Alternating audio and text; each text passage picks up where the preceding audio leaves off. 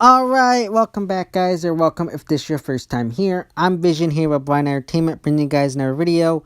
Today I'm going to be doing my ranking of all 5 seasons of the 100 to date. Now, I know season 6 has already aired episode 1 and airing episode 2 tonight, but I won't be counting that in my ranking yet. I'll be doing my full ranking and adding that in once season 6 ends, but I wanted to do this ranking before I do my reviews for season 6, but I also want to mention, if you want to add your ranking in of all 5 seasons, go ahead. I'm not going to judge you, depending on where you put yours. I hope you don't judge me. We all have our own opinions, and I hope we can have a nice, lively, friendly discussion about it in the comment section down below. But let's begin. Now, coming in 5th and last place for me would have to be Season 5. Now, going into Season 5, I thought the show had a lot of potential. They had this big time skip. They had a lot of clean slates, a lot of things they could do with the characters. However, I feel like they've had a lot of wasted potential. I hated what they did with Octavia. I liked what they did with Bellamy and Clark. Maddie was a great addition to the cast. However, some of the other things that they did, Murphy was just Murphy. I feel like the time skip should have changed him, but it didn't, so that frustrated me a lot.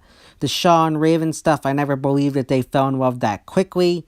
It just really frustrated me, some of the things that they did.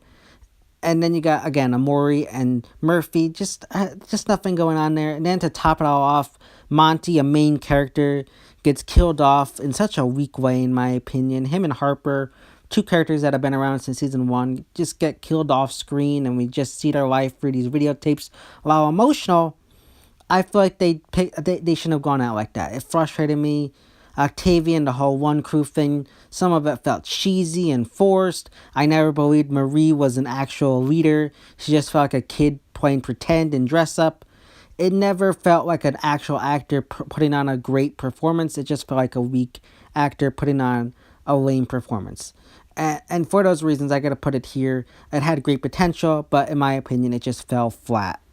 Coming in at 4th place is gonna be Season 1. Well, I'm not saying Season 1's a bad season. I just feel like the other 3 seasons are a little bit better than Season 1. It always has this nostalgia.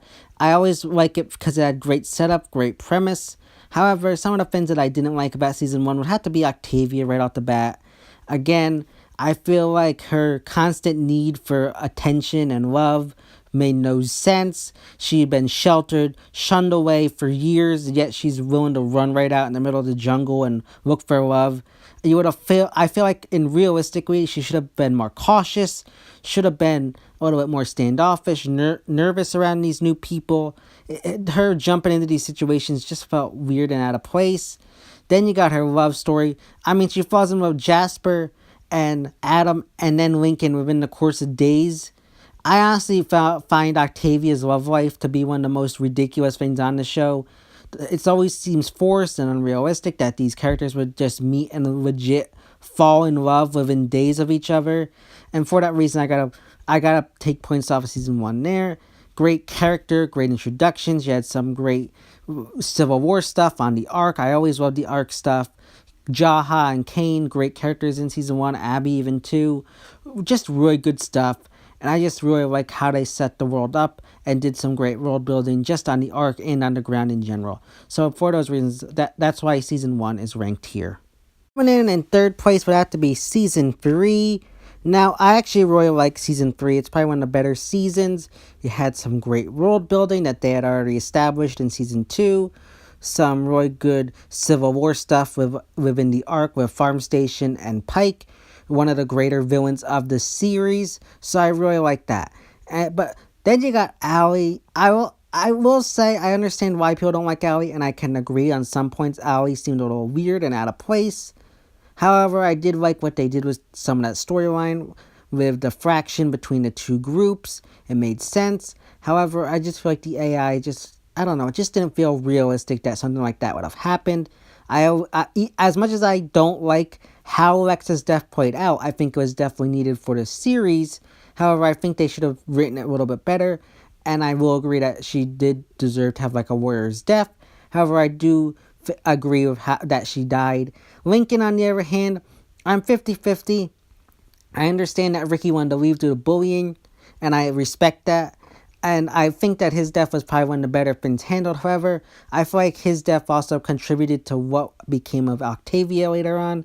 So I gotta take points off of there. I don't know. It just felt a little bit. I liked the season. There was some very good stuff. The Civil War, learning more about the different clans of Asgera. But I just feel like certain things just felt a little bit out of place and didn't seem like they should have been added in there, and just felt a tad bit forced. But overall, I feel like this is one of the better seasons of the 100. Coming in second place, and our runner-up would have to be season 4. Now, I actually really like season 4. When I first heard about this whole second apocalypse, I was nervous. I felt like they were going into dangerous territory. However, they did do some really good stuff. Again, expanding on world building. We got to see more clans. We got to see a conclave. We got some really good stuff there. And just see the downfall of what would happen in this post-apocalyptic world when all is lost and you see the clans going to war with each other. That's one of the things that put this in second place, though, is I feel like if we had an extended season, it would have helped the season out a lot more. If we got more episodes, we could have gotten episodes where we have the scenes where the clans are at war, and we could see that. I think that would have worked out a lot better, because there was a lot of war going on, but it was all off camera. So I feel like if we had seen like Asgera and Tree Crew and maybe some other clans introduced to go to war, I think that would have worked out a lot better. I think that they could have incorporated that into the story, made some interesting storylines, but they didn't, so that I had to take off points there. The Conclave, while I understand why fans love that and say it's one of the best episodes, I honestly don't like it. I find it a cheap ripoff of the Hunger Games. Wrong, in my opinion, some wrong characters were added in there and should have been killed off. I think Rowan should have survived. Indra should have been killed off. And I just find it frustrating what they did with the Conclave. Just like a cheap ripoff. Then you got Octavia again with Forced Love with Ilian.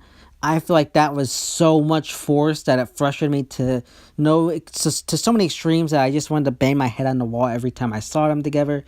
Like the fact that Lincoln died maybe a week or two ago prior to the start of season 4, and yet within days she's already sleeping with Ilian. It just frustrated me and made zero sense. I hated those scenes, and I wish they had cut that altogether. They should have. I have a whole theory of what I think they should have done better, and I might make that into a video. Let me know if you want to do that video. But it just frustrated me. I did love what they did with giving Harper more time in the spotlight. Jasper, one of the characters I hated throughout the season, finally was killed off. I think they should have killed him off in season 3, and I feel like they chickened out in season 3, not having him commit suicide. I think their reasoning behind it was very cheap and weak. So I gotta give them commemoration for doing it here. It worked out, and I think it was a good way to send them off, pushing Monty into a new direction. Unfortunately, Monty did nothing in season 5, which frustrated me to no extreme, and that's why it's here. Season 4 was good. The apocalypse stuff was really, really good. Some of the science stuff, I guess you have to suspend some disbelief. That's another con I have with it, is that some of the ways the science worked with the apocalypse makes zero sense. I got frustrated with some of it, because there's no way in real life a death wave would happen like that. Raven's ice bath, a whole unsuspension of disbelief there, that she'd actually be able to kill herself and come back to life with no one else there. That was 100% unrealistic, if you want my honest opinion. And then you got Luna. I feel like Luna was a wasted character. She was interesting, but then she showed up. And then, while I understand why she turned evil, I feel like we should have spent more time with her. I understand why she wanted to take the bunker for herself and let everybody die. However, I feel like we needed more development for the character and more time with her. I think that would have worked out a lot better. And it would have given her character a little bit more depth for characters that don't understand why she turned. Also, I gotta say, the fact that Octavia was easily able to defeat her after hearing how she was a champion and unstoppable in her original conclave, I felt like Octavia being easily able to defeat her felt unrealistic and forced. So for those reasons, that's kind of why I have to put it there. Ethan, another wasted character I feel like was added in for no good reason. I know I'm talking about a lot of cons here, but season 4 definitely had some great stuff. I also didn't like Miller and Jackson's forced relationship. That felt 100% forced. However, I did like what they did with the series and with the apocalypse stuff, with the black rain, testing Nightblood stuff on people. Really good stuff. Just expanding the world with the different clans and seeing how they react. The whole chess match with getting the bunker and everything. Really, really good stuff. Just a few things that I don't know, this just felt like they were put in there for conflict's sake.